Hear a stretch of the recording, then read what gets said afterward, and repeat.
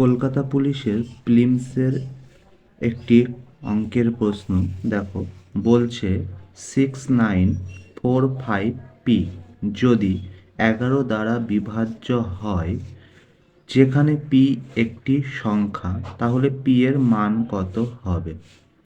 অর্থাৎ এই যে সংখ্যাটা তোমরা দেখছো, এটা পুরোটাই 11 দ্বারা কী হবে, বিভাজ্য হবে।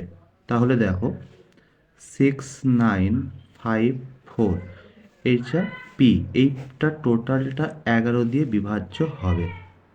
ঠিক আছে, তাহলে দেখো 11 দিয়ে সম্পূর্ণভাবে কাটো।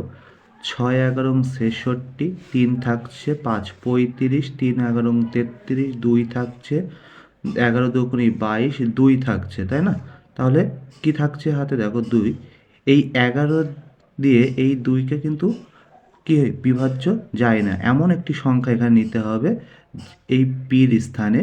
ঠিক আছে, পির স্থানে নিতে হবে যেটা 11 দিয়ে সম্পূর্ণ বিভাজ্য হয়। তাহলে দেখো, আমি যদি 2 নিই, 11 দিয়ে 22, অর্থাৎ দুবারে কেটে যায়।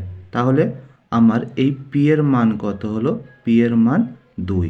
এটাই তোমাদের পরীক্ষায় জানতে চেয়েছিল। দেখো 2 সঠিক অ্যান্সার।